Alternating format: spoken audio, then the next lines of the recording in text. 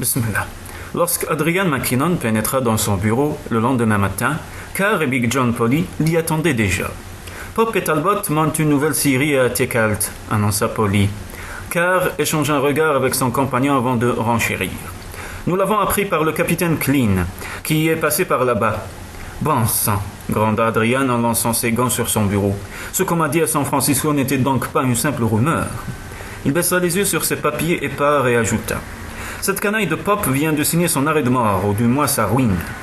La mauvaise humeur de Mackinnon était d'autant plus justifiée que, non content de marcher sur les brisées du jeune homme et de faire fortune à ses dépens, les deux compères jouaient les fauteurs de troubles en cherchant à le ruiner par une concurrence déloyale. « Damnation !» grinça-t-il, encore en allant se poster devant la fenêtre. « Je n'arrive pas à comprendre pourquoi Talbot a attendu que vous montiez une scierie pour en installer une à son tour. Et presque sous votre nez, par-dessus le marché, commenta Carr. « Oh, moi je comprends très bien. Au contraire, s'exclama Adrian. C'est Pop qui est l'instigateur dans cette affaire. Talbot ne fait que suivre les décisions de son associé. Mais qu'est-ce qu'il espère gagner? La région est assez vaste pour nous alimenter en bois de coupe pendant des années. Pourquoi vient-il s'installer à notre porte? Ce n'est pas exploiter la forêt qui l'intéresse, c'est s'approprier mon affaire. C'est justement ce que je ne comprends pas, grommela Polly. Il y a assez de place pour que tout le monde puisse travailler sans porter ombrage à son voisin. Nous avons passé des années à ouvrir des marchés vers l'étranger. Nous avons aujourd'hui les meilleurs agents et les commandes les plus intéressantes. Mais tout cela ne s'est pas fait en un jour. L'objectif de Pop est de nous mettre sur la paille et de racheter l'affaire à bas prix. Il y a 2 mois, j'ai entendu dire que quelqu'un de chez lui fricotait du côté de Valparaiso, et les mêmes échos me sont parvenus de Sydney. Elle saisit une lettre qui traînait sur son bureau. Voilà 3 semaines, cette lettre est arrivée de Hong Kong. Et elle disait la même chose? Demanda Carr. Exactement, acquiesça le jeune homme en laissant tomber la missive. Polly alla se planter devant la grande carte du monde affichée au mur et l'étudia 1 minute ou 2. Nous recevrons probablement le même genre de nouvelles de Manille et de Shanghai, déclara-t-il. Sans oublier Honolulu, renchérit Carr avec un geste englobant l'archipel d'Hawaï. Ces îles ont beau être perdues au milieu du Pacifique, ils ne les oublieront pas pour autant. Ils n'oublieront rien, dit sombrement Mackinnon, vous pouvez en être sûr.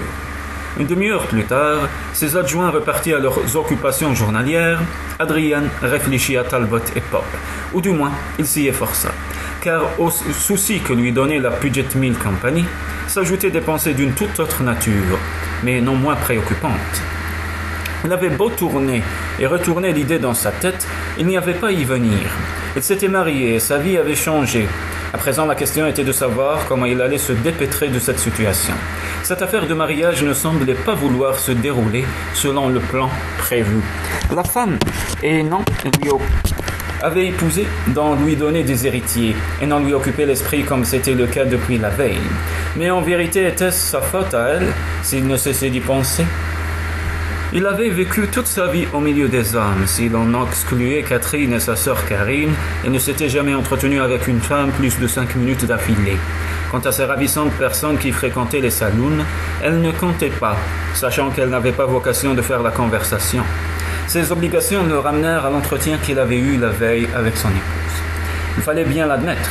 Il était avec les femmes d'une inexplicable maladresse, à plus forte raison en présence d'une vraie lady. Les paroles pleines d'aigreur qu'il avait prononcées le faisaient encore grincer des dents. Nul besoin d'être très clairvoyant pour se rendre compte qu'il avait pris plaisir à sa compagnie. Il trouvait pour le moins étonnant la manière dont cette femme attisait sa curiosité. Il songea à la façon dont elle avait pris place à l'autre extrémité de la table lors du dîner, les courbes de son corps mises en valeur par une robe bleu nuit à liseré rose. Entre 2 cuillerées de potage, elle lui avait posé quelques questions sur son existence au sein de l'exploitation. Elle avait trouvé distrayant d'évoquer ses affaires quand ses pensées allaient toutes au désir qu'elle éveillait chez lui, à son sourire, à son parfum. Pendant le repas, il avait pris conscience de son inconséquence. Quant à sa décision de se trouver une épouse, cette femme serait présente soir après soir et partagerait sa demeure. Si excitante que pût lui sembler cette idée, il n'allait pas passer les 30 prochaines années au lit avec elle pour avoir des héritiers. Que ferait-il donc?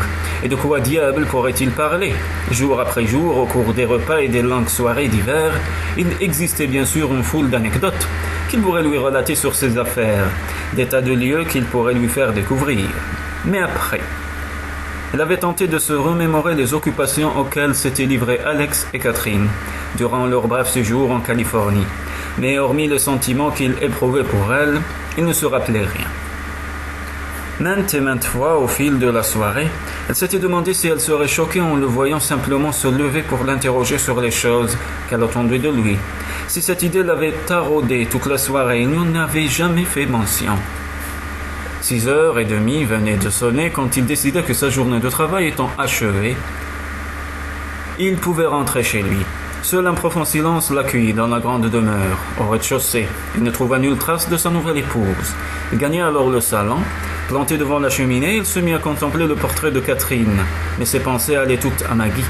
Au cours des mois qui avaient suivi la lettre demandant à son frère de lui trouver une femme, il avait imaginé épouser une personne qui ressemblerait à ce portrait.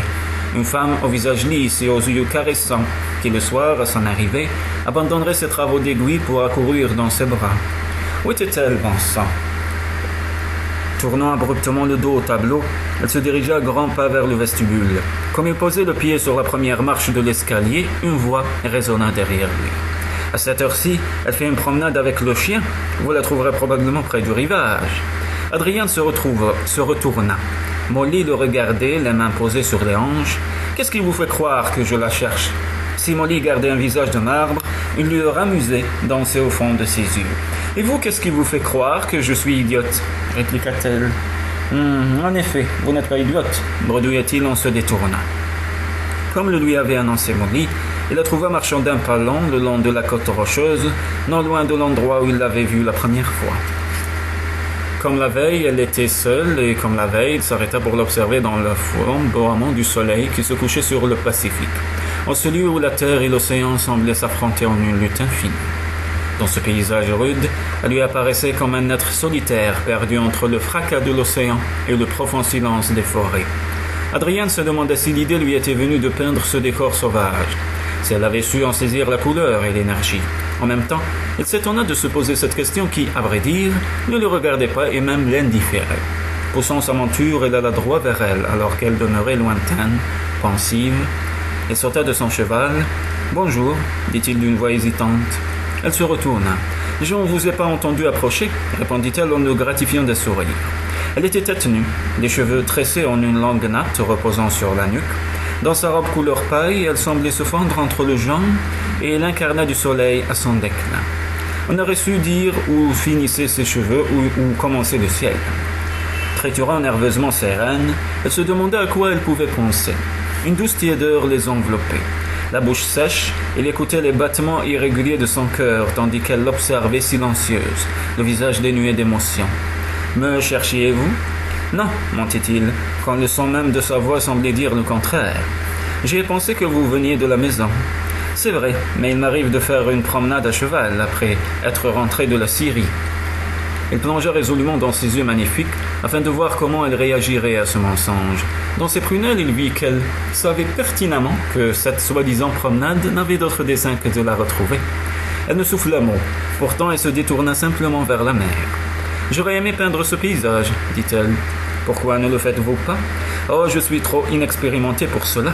Je ne parviendrai jamais à restituer toutes ces couleurs.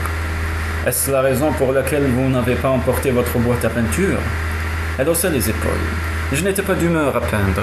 Aujourd'hui, je n'avais envie que de me promener. J'ai pensé que vous étiez peut-être venu jusqu'ici pour tenter de retrouver votre pot de peinture. Elle lui fit face avec un grand sourire. Je crains qu'à l'heure qu'il est, il ne soit en route pour la Chine. Les courants sont très violents par ici. Très violents, en effet. Du trouble qu'il éprouvait à la voir sourire, de son cœur qui battait la chamade, il ne dit mot, se répétant sans cesse que cette femme délicieuse était son épouse. Quoi que je puisse désirer d'elle, je suis en droit de le revendiquer, songea-t-il. Bon sang, Mackinnon, que t'arrive-t-il à la fin? Si ta femme te fait envie, tu n'as qu'à l'inviter dans ta chambre et qu'on n'en parle plus. Ferons-nous la route ensemble? S'enquit-elle. Y a-t-il un itinéraire que vous préférez? Non, je ne prête jamais attention au lieu par où je passe. Elle affiche un humour. C'est regrettable.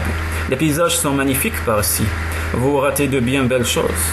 Compte tenu du manque d'égard dont il avait fait preuve la veille, elle s'attendait à la voir sinon furieuse, en tout cas sur la défensive.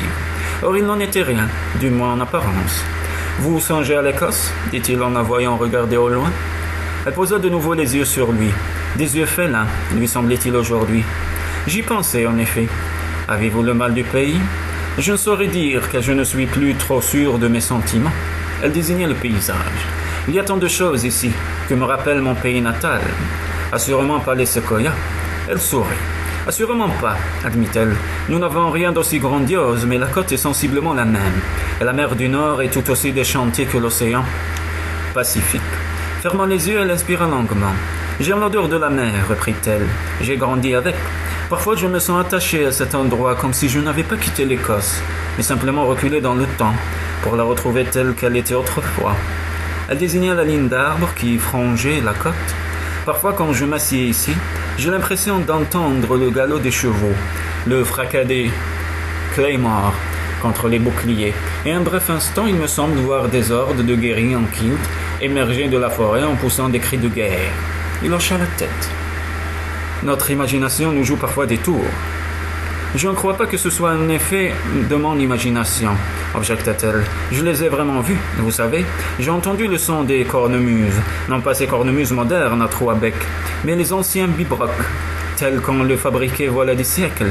Vous devez me trouver un peu sotte, conclut-elle en grimaçant. Non, pas sotte, mais insolite, Margaret. Margaret, répéta-t-elle. Cela fait une éternité qu'on ne m'a pas appelée Margaret. C'est pourtant ainsi que Ross vous a nommé, fit le jeune homme, les sourcils froncés.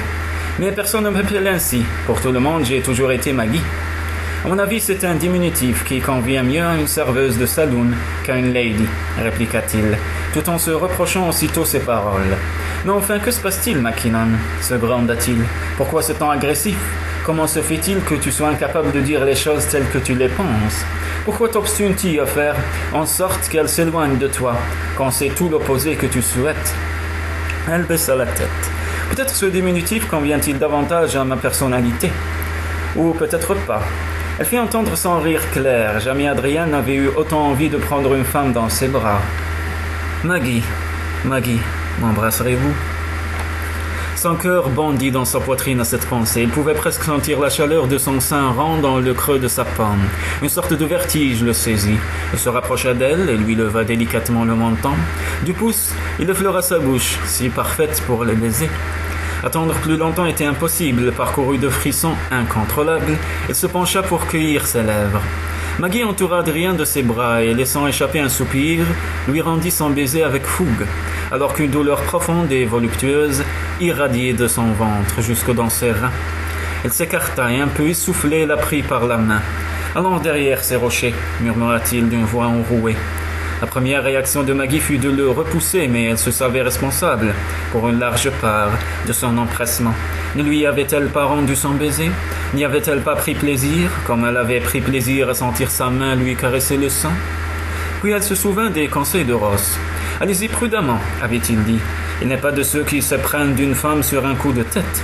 N'oubliez pas que le temps travaille pour vous. » À regret, elle se sépara de lui en secouant la tête. « Qui êtes-vous » murmura-t-il. Elle lui lança un regard surpris. « Vous savez bien qui je suis. » « Je ne sais rien d'autre que ce que l'on a bien voulu me dire, et même cela me semble très confus, Margaret. Maggie, vous êtes désarmante. Vous avez des visions, vous parlez par énigme, et votre nom n'est pas vraiment votre nom. Je vous trouve tantôt quelconque et tantôt belle à mourir. Vous êtes une lady dans l'âme, et en même temps vous fondez entre mes bras comme si les choses de l'amour vous étaient familières. Vous êtes fille de conte, pourtant. Vous n'hésitez pas à tout abandonner pour partir à l'aventure et retrouver un homme que vous ne connaissez pas. Vous êtes franche, honnête, mais aussi enveloppée de brume et de mystère, jusqu'à vos yeux qui changent de couleur. Qui diable êtes-vous? Peut-être suis-je toutes ces femmes que vous venez de décrire, mais par-dessus tout, je suis votre épouse. Je sais cela. Cependant, je ne peux m'empêcher de me demander pourquoi, déclara-t-il d'une voix un peu lasse. Que cherchez-vous? Quelle est la véritable raison qui vous a amené jusqu'ici? Elle le dévisageait et le soleil qui filtrait à travers ses longs cils jetait une ombre sur ses joues de porcelaine. Dites-moi pourquoi vous êtes venu ici. Ce peut être parce que personne n'aurait voulu de vous, insista-t-il. En effet, quelqu'un d'autre m'avait demandé en mariage, mais c'est vous que j'ai choisi. Pourquoi? Elle détourna le regard pour dissimuler son embarras. Je vous l'ai déjà dit, à cause des lettres que vous avez écrites. Votre vie ici m'intrigue et je n'étais jamais venu en Amérique, mais c'est surtout l'auteur des lettres qui m'a séduite et qui m'a fait choisir l'inconnu au lieu de la banalité. Qu'ai-je donc écrit dans ces satanées lettres qui vous a intéressé à ce point? J'y ai découvert un homme solitaire, un homme dont les besoins étaient grands, un homme dont je pourrais attendre partage et compréhension. J'ai toujours eu très à cœur de me sentir utile, de savoir que je contribuais à quelque chose, expliqua-t-elle en le regardant au fond des yeux. Mon existence n'était pas très prometteuse, mais quelques possibilités m'étaient encore offertes. Et rien ne m'obligeait à venir dans ce pays, même si ma situation n'était pas très enviable. Rester en Écosse était une solution de facilité. C'est de mon plein gré et non sous la contrainte que j'ai décidé de vous épouser. Scrutant ses yeux, Adrienne était intimement convaincue qu'elle disait la vérité. Pourtant quelque chose la tracassait. Elle était résolue à découvrir les vraies raisons qui avaient poussé une lady comme elle à épouser un homme comme lui. Vous dites avoir reçu une autre proposition de mariage et cela m'intrigue. En tant que fille de comte, vous auriez dû en recevoir des quantités et beaucoup plus tôt. Qui plus est, quel âge avez-vous donc? Celui de pouvoir encore me marier, répondit-elle avec un rire. J'ai 27 ans. 27 ans, répéta-t-il d'un air songeur. Pourquoi avez-vous tant tardé à vous marier? Et vous, quel âge avez-vous? 31 ans. Elle sourit. Je vous retourne la question. Pourquoi avoir attendu si longtemps? Je vous l'ai déjà dit, j'étais pris de quelqu'un d'autre, répliqua-t-il d'un ton léger. Moi aussi, avoua-t-elle d'une voix étouffée. Puis, sans lui laisser le temps de l'interroger davantage, elle tourna les talons et s'enfuit en courant vers la maison. Le jeune homme la regarda s'éloigner songeur. Ainsi elle avait aimé quelqu'un d'autre, tout comme lui avait aimé Catherine, et il l'aimait encore.